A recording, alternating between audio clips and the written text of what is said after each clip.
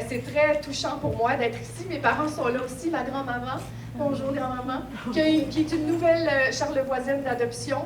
Elle est venue y finir sa vie. C'est d'autant plus symbolique que tu sois là ce soir. Merci d'être là. Beaucoup, beaucoup. Donc, Charlevoix est une terre natale, une terre d'accueil pour bon nombre de gens.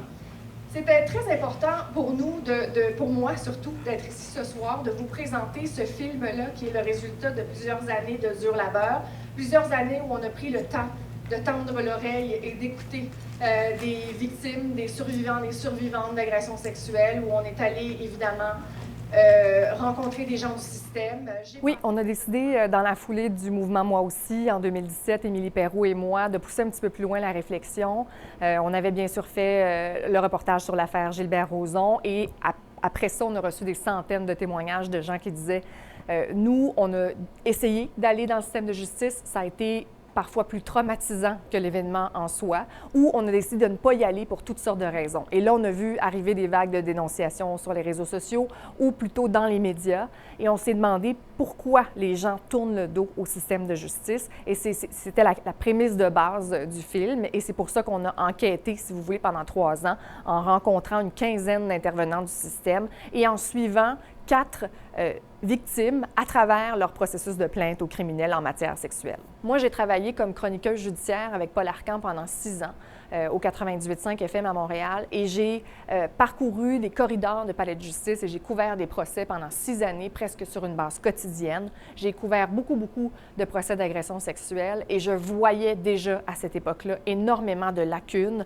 dans les façons de faire et je voyais que c'était extrêmement difficile pour des plaignants et des plaignantes qui décidaient de se lancer. Il y a du bon dans notre système, il y a des gens qui accompagnent à merveille, mais c'est plus profond le problème qu'un seul et même individu qui, par exemple, ne dort pas la nuit parce qu'il veut faire condamner des agresseurs. Ça, il y en a énormément.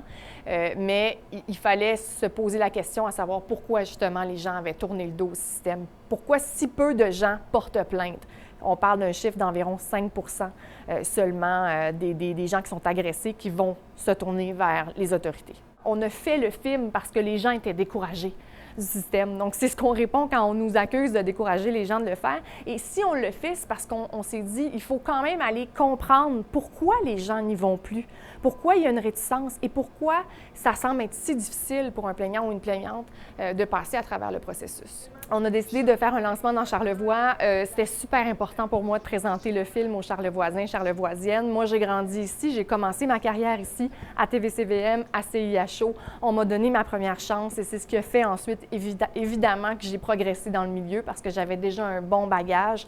J'étais une passionnée de communication dès mon plus jeune âge. Et de venir ici au cinéma La Balbée, pour moi, c'était tellement symbolique parce que non seulement ça n'a pas changé depuis que je venais moi-même, petite fille, ado au cinéma. J'ai vu le film Titanic 3 fois ici, là, je m'en souviens comme si c'était hier. Donc, de revenir aujourd'hui en présentant un film qu'on estime important pour faire changer les choses, on le souhaite. C'est un véritable honneur et on fait ça le comble ce soir, la salle est pleine. On est post-pandémie, on le sait que c'était pas un film d'été nécessairement. C'est d'autant plus touchant de savoir que les gens se sont déplacés. Je suis profondément émue de ça aujourd'hui, que les gens se soient déplacés pour venir voir le film. Et c'est donc dire qu'ils embarquent dans cette volonté aussi de changer les choses, on l'espère. Moi, je pense qu'on n'est pas à l'abri d'une autre vague de dénonciation parce que justement, c'est la pointe de l'iceberg seulement qui est su et qui est dénoncé, règle générale. Là, ce qu'on souhaite à partir de maintenant, c'est qu'il y ait la mise sur pied d'un tribunal spécialisé en matière de violences sexuelles et conjugales. Ça voudrait dire quoi? C'est pas d'avoir un nouveau palais de justice à part. C'est vraiment d'avoir des instances et des gens qui sont dédiés uniquement à entendre ce type de causes-là, qui sont mieux formés. La magistrature autant que les avocats, par exemple, qu'on intègre aussi toutes les notions on appelle ça de la neurobiologie de trauma. Là, ça peut paraître un grand titre, mais essentiellement, c'est de dire il faut considérer qu'une victime a un traumatisme et qu'elle ne va pas réagir de la même façon ou de façon logique.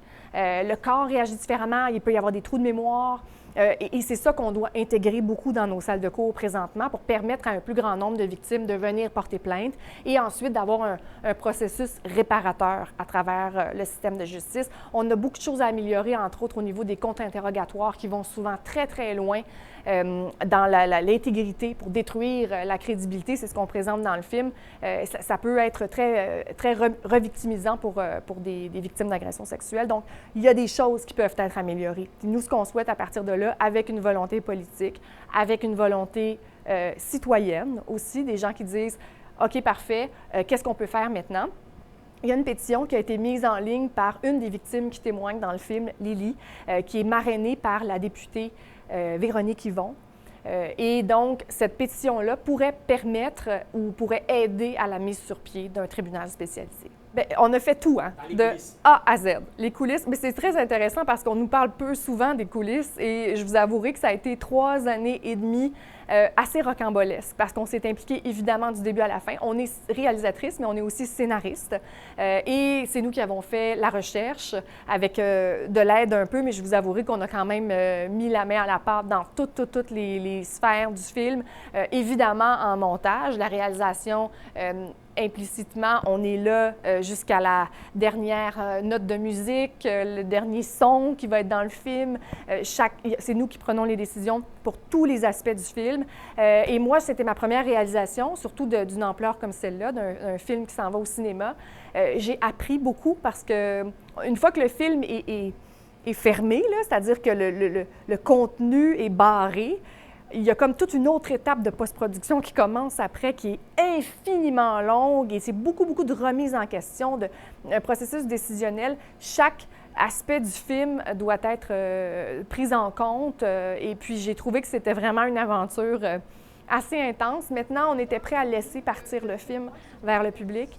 Je pense qu'on a fait ce qu'on avait à faire et puis maintenant, on ose espérer que le public va se l'approprier et puis que la lutte aux violences sexuelles va pouvoir se poursuivre et que ce sera un levier peut-être de changement à partir de maintenant. Chacun porte son âge, sa pierre et ses outils pour bâtir son village, sa ville et son pays. Chacun porte son âge, sa pierre et ses outils pour bâtir son village, son île, sa ville et son pays.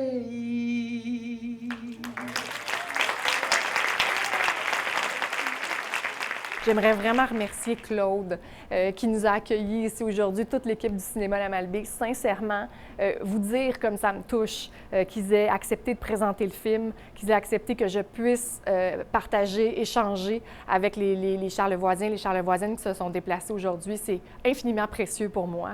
Alors, merci à Claude et toute l'équipe. Claude, que j'avais interviewé d'ailleurs à l'époque où j'étais reporter pour TVCVM. C'est une des premières personnalités de la région avec qui j'avais passé un moment. Fait que pour moi, c'est comme boucler la boucle d'une certaine façon d'être ici aujourd'hui. Oui.